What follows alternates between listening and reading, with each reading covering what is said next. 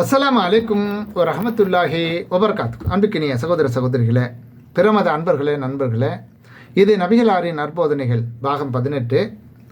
மறுமை நாளில் நாம் எவ்வாறு எழுப்பப்படுவோம், அதாவது மனிதர்கள் எவ்வாறு எழுப்பப்படுவார்கள் என்பதை பற்றி அல்லாஹ்வின் தூதர் ஸல்லல்லாஹு அலைஹி வஸல்லம் அவர்களுடைய ஒரு அறிவுரை.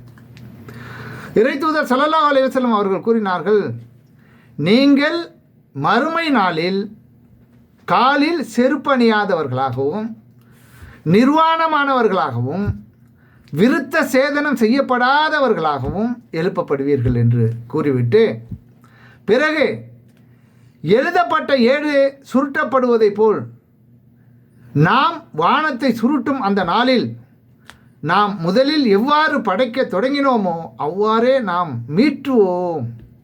இது நம்முடைய பொறுப்பில் உள்ள ஒரு வாக்குறுதியாகும். அதனை நாம் நிறைவேற்றியே தீர்வோம் என்னும் திருமறை குரானில் இடம்பெற்றிருக்கின்ற 21வது அத்தியாயம் 104வது வசனத்தை நபிகள் நாயகம் ஸல்லல்லாஹு அலைஹி வஸல்லம் அவர்கள் ஓதி காமித்தார்கள்.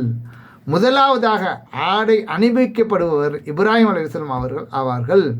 பிறகு என் தோழர்களில் சிலர் சொர்க்கத்திற்காக வலது பக்கம், சிலர் நரகத்திற்காக இடது பக்கமும் கொண்டு செல்லப்படுவார்கள். நான் இவர்கள் என் தோழர்கள் என்று கூறுவேன்.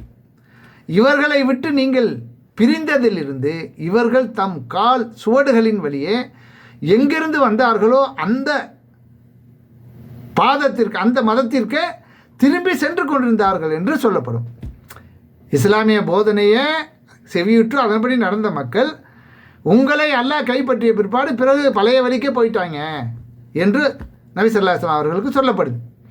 அதற்கு நான் நல்லடியாரான மரியமின் மகன் ஈசா அலைஹிஸ்ஸலாம் அவர்கள் சொன்னதை போன்றே, இறைவா, நான் இவர்களிடையே உயிருடன் வாழ்ந்து வந்தவரை நான் இவர்களை கண்காணித்து கொண்டிருந்தேன்.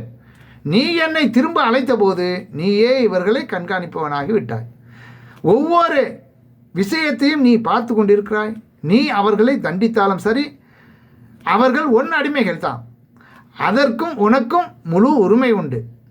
அவர்களை நீ மன்னித்து விட்டால் அது உன் கருணையாகும். ஏனெனில் நீ வல்லோனும் விவேகம் மிக்கோனும் ஆவாய் என்று திருமறை குரான் 5வது வசனம் 117, 118 ஆகிய வசனங்களில் இறைவன் சொல்வதை மேற்கோள் காட்டி எடுத்து கூறினார்கள் என்று இப்னு அப்பாஸ் ரலியல்லாஹு அன்ஹு அவர்கள் அறிவிக்கக்கூடிய இந்த செய்தி புகாரில் 3447வது ஹதீஸாக இடம்பெற்றிருக்கு.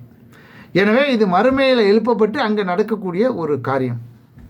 ஆக நபி ஸல்லல்லாஹு அலைஹி வஸல்லம் அவர்கள் என்ன சொன்னார்களோ அதன்படி தான் நாம் வாழ